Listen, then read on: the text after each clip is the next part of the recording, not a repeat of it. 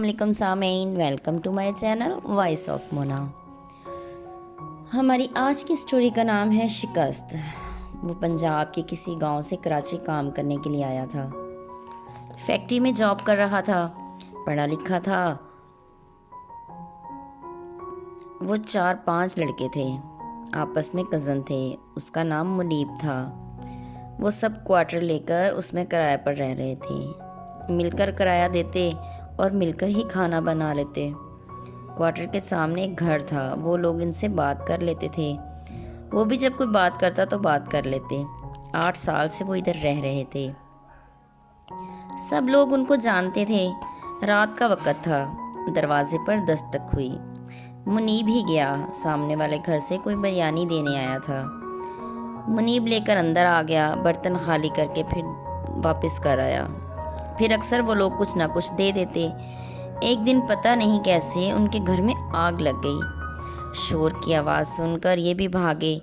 منیب نے آگے ہو کر آگ بجھانے میں مدد کی۔ ان کا ایک چھوٹا سا بچہ چھت والے کمرے میں سو رہا تھا۔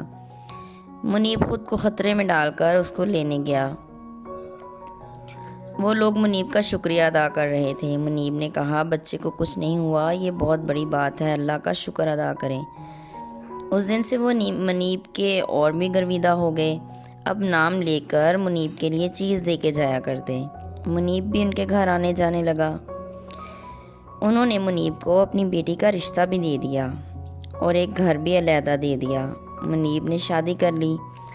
وہ کام یہاں کرتا تھا، واپس جانے کا اس کا کوئی ارادہ نہیں تھا۔ وہ خوش تھا، شادی بھی ہو گئی اور گھر بھی مل گیا، لیکن اسے پتہ نہیں تھا کہ آگے کیا ہونے والا ہے۔ جس سے شادی ہوئی اس کا نام سجینہ تھا۔ وہ زبان کی بہت تیز تھی۔ آہستہ آہستہ منیب کو اپنی غلطی کا احساس ہونے لگا۔ زبان اور تہذیب بالکل الگ تھی۔ منیب کے گھر والے آئے تو مشکل سے 4 دن رکے اور واپس چلے گئے۔ منیب کو احساس ہو رہا تھا اس نے غلط کر لیا۔ وہ کھانا تو بہت اچھا بناتی تھی، لیکن صبح جب وہ کام پہ جاتا تو وہ سو رہی ہوتی۔ وہ بھوکا ہی فیکٹری چلا جاتا، پھر اس کی خواہشیں اور فرمائشیں پوری کرنے میں ساری تنخواہ خرچ ہو جاتی۔ منیب نے ایک دن بولا کہ تھوڑا سمجھ کے چلو، میری تنخواہ اتنی نہیں ہے۔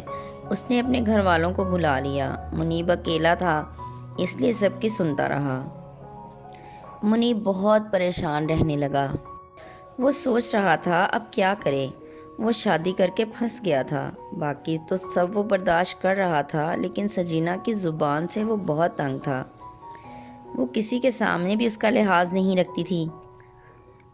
منیب نے چھٹی لی اور اسے کہا گھر جانا ہے کچھ دن کے لیے۔ اس نے صاف منع کر دیا کہ تم جاؤ، میں تو نہیں جاؤں گی۔ وہ خاموش ہو گیا اور تیاری کر کے سب کے لیے چیزیں لے کے چل دیا۔ وہ اس سے لے کر جانا چاہتا تھا مگر وہ نہیں مانی، پھر وہ اکیلا ہی چلا گیا۔ گھر پہنچا تو سب نے پوچھا وہ کیوں نہیں آئی۔ اس نے بہانہ بنا دیا کہ وہ بیمار ہے۔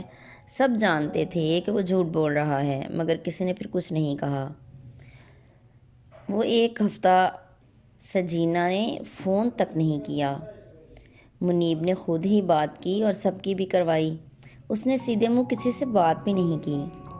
ماں نے کہہ دیا کہ ہماری تو خیر کوئی بات نہیں، تو نے اپنے ساتھ ظلم کر لیا، اسے تو تیری پرواہ ہی نہیں۔ اس نے کہا نہیں ایسی بات نہیں ہے۔ پھر اس کے لیے سب نے کپڑے اور تحائف دیے، وہ واپس چل دیا۔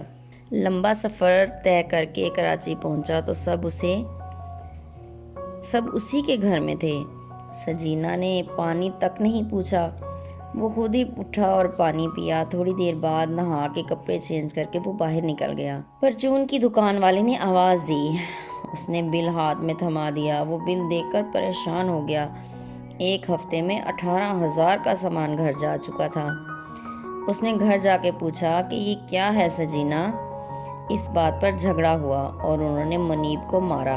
منیب کو دھکے دے کر گھر سے نکال دیا۔ منیب اپنی شکست تسلیم کر چکا تھا۔ اس نے ٹکٹ کروایا اور واپس پنجاب چل دیا۔ وہاں جا کر اس نے سجینہ کو طلاق بھجوا دی۔ یہ بات بھی ختم ہو گئی۔ اب وہ شیخوپورہ کی کسی فیکٹری میں کام کرتا ہے۔ شادی سے توبہ کر چکا ہے۔ جیتے رہیے، خوش رہیے، ملتے ہیں اگلی کہانی کے ساتھ۔